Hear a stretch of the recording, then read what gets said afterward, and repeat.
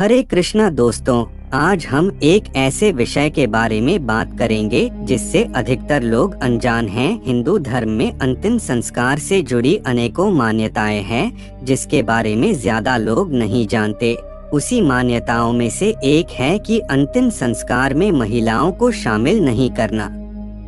पुराणों में भी महिलाओं को शमशान घाट में जाना वर्जित बताया गया है और साथ ही यह भी बताया गया है कि किन कारणों से महिलाएं शमशान घाट में प्रवेश नहीं कर सकती। आजकल तो महिलाएं भी शमशान में जाने लगी हैं, इसलिए यह जानना जरूरी हो जाता है कि पुराणों में शमशान में जाना वर्जित क्यों बताया गया है। आइए जानते हैं। उससे पहले आप सभी का स्वागत है हमारे चैनल पर।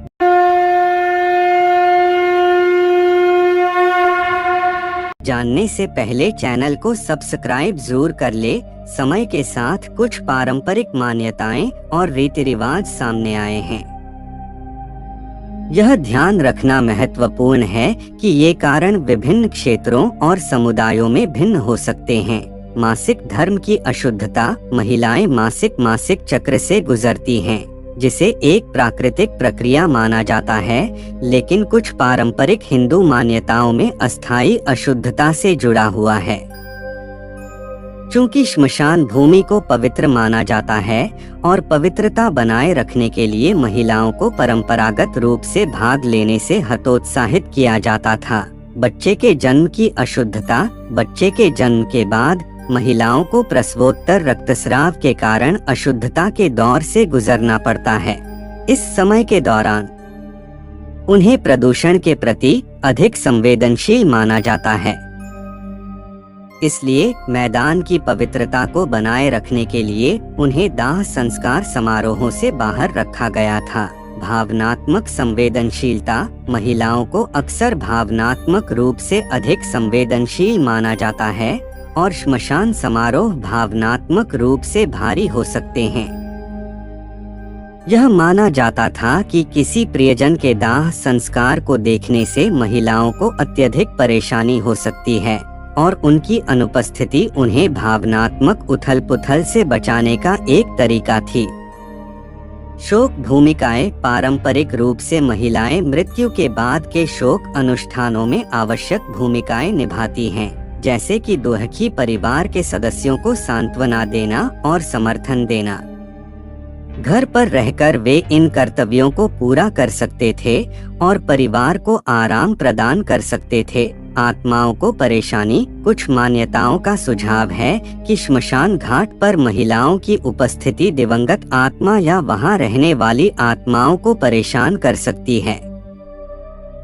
महिलाओं को बाहर करना किसी भी संभावित व्यवधान को रोकने के उपाय के रूप में देखा गया। पारिवारिक सद्भाव को बनाए रखना। दाह संस्कार समारोह गंभीर घटनाएं हैं जहां तनाव और भावनाएं चरम पर होती हैं।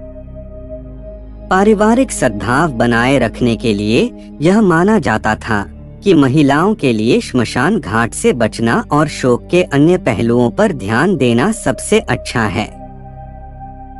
शारीरिक तनाव से सुरक्षा।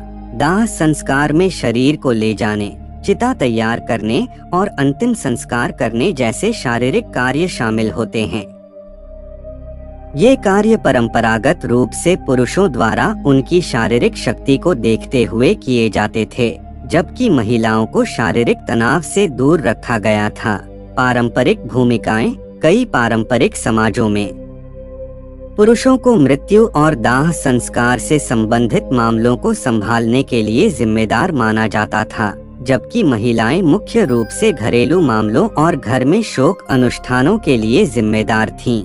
शालीनता और मर्यादा। श्मशान घाटों को सार्वजनिक स्थानों के रूप में देखा जाता था और महिलाओं को दाह संस्कार के दौरान उपस्थित न होकर अपनी शालीनता और मर्यादा बनाए रखने के लिए प्रोत्साहित किया जाता था।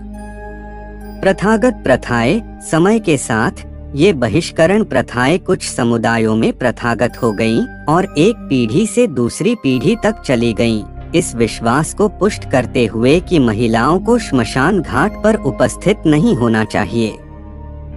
यह याद रखना महत्वपूर्ण है कि ये कारण पारंपरिक मान्यताओं और रीति रिवाजों पर आधारित हैं। और आधुनिक समय में उनका महत्व और पालन अलग अलग हो सकता है। समकालीन व्याख्याएं व्यक्तिगत पसंद और वरीयताओं पर जोर देते हुए दाह संस्कार की रस्मों में समावेशिता और समान भागीदारी को बढ़ावा दे सकती हैं। आप ऐसी ही और ज्ञानवर्धक वीडियो को देखने के लिए हमारे चैनल को सब्सक्राइब जरूर करें।